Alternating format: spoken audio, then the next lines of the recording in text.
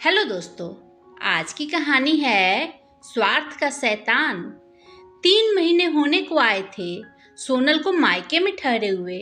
दोनों भाई आज भी जब रात में दुकान से लौटते थे तो अपनी बहन के पास मिनट भर रुककर उसका हालचाल लेकर ही अपने अपने कमरे में जाते थे।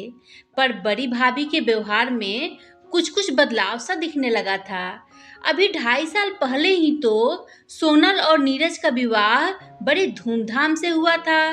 तब नीरज एक बड़े बिल्डर की कंपनी में अच्छे ओहदे पर था। नीरज की काबिलियत और ईमानदारी ने उसे कंपनी के मालिकों का चहेता बना दिया था।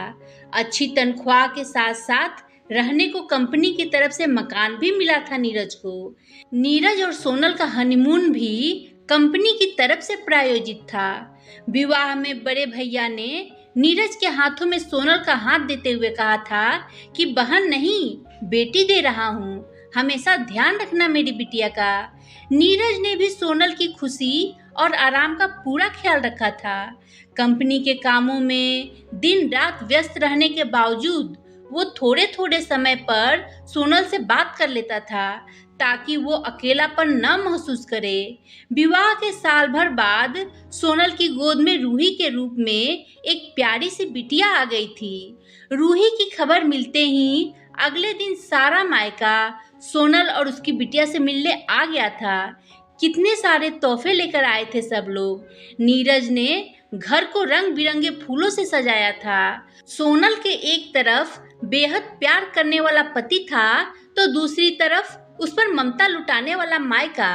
पर जीवन के अगले मोड़ पर नियति किसी और रूप में सोनल और नीरज का इंतजार कर रही थी। कुछ महीनों बाद ही न्यायालय के एक फैसले ने नीरज की कंपनी को रातों रात बर्बाद कर दिया था। कंपनी की करोड़ों रुपए की लागत से बनी एक बिल्डिंग को गैर कानूनी करार देते हुए उसे सरकार के हवाले कर दिया था। हेड ऑफिस में बैंकों के ताले लग चुके थे और मालिकों को फरार होना पड़ा था। नीरज के पास अब ना नौकरी थी और ना घर था। विवादित कंपनी का कर्मचारी होने के कारण कोई भी दूसरा बिल्डर उसे फिलहाल अपने यहाँ काम देने को तैयार नहीं था। बड़ी मुश्किल से दुबई के एक बिल्डिंग फर्म में काम तो मिला था, पर सैलरी इतनी नहीं थी कि वो पत्नी और बेटी को साथ में रख सके। अंततः सोनल ने नीरज को दुबई जाने को तैयार कर लिया था। उसे पता था कि आज भले कम पैसे मिलेंगे, पर जल्द ही नीरज अपनी काबिलियत से कुछ ना कुछ अच्छा कर लेगा। सोनल ने दोनों भाइयों से बात कर फिलहाल मायके में रहने का इंतजाम कर लिया था।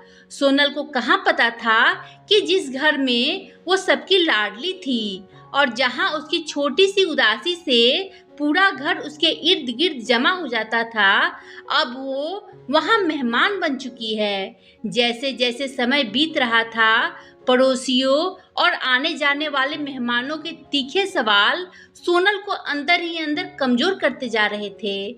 उधर नीरज अपनी पूरी कोशिश में लगा था, क्योंकि उसे भी अपनी पत्नी और बिटिया के सम्मान की चिंता थी। पर खासकर बड़ी भाभी के पिछले 2 दिनों से बदले रवैये ने सोनल को दुखी कर दिया था। वो अपना दर्द बताए भी तो आखिर किसे बताए।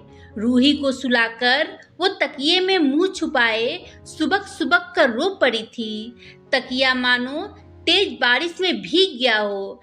फिर पता नहीं कब उसकी आंख लग गई थी। अचानक उसने अपने माथे पर किसी का प्यार भरा स्पर्श महसूस किया था। आंखें खोली तो सिरहाने पर बड़ी भाभी बैठी थी। भाभी आप? सोनल का आश्चर्य और भय से भरा प्रश्न था।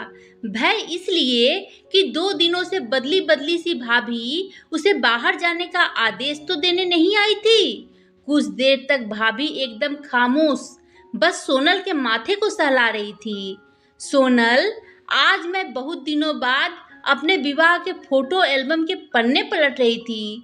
तुम जिस भी फोटो में दिखी उसमें मेरा पल्लू पकड़े दिख रही हो। मैंने देखा कि सिर्फ 7 साल की एक बच्ची जिसने अपनी माँ को छोटी उम्र में खो दिया था, वो कैसे मुझ में अपनी माँ को ढूंढ रही थी। अब सोनल उठकर भाभी के सीने पर निढाल सी हो गई थी।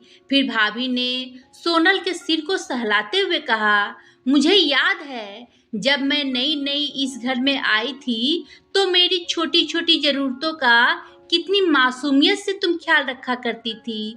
और एक बार जब मुझे निमोनिया हुआ था तो तुम मेरे बिस्तर के पास ही चेयर पर सो जाया करती थी।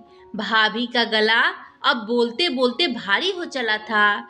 2 दिनों से स्वार्थ का शैतान हावी होने लगा था मुझ पर मेरी बच्ची, और मैं तुम्हारे भैया से तुम्हारी झूठी शिकायतें करने लगी थी। भाभी की भावनाओं का बांध अब दरककर टूट चुका था।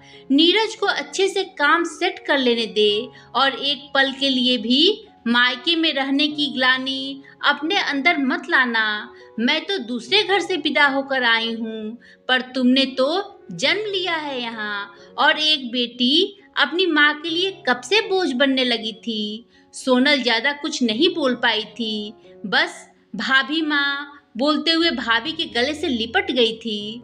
दोस्तों, आपको ये कहानी कैसी लगी कमेंट कर बताएं। कहानी पसंद आई हो तो लाइक शेयर करें और मेरे चैनल को सब्सक्राइब करना ना भूलें। धन्यवाद दोस्तों।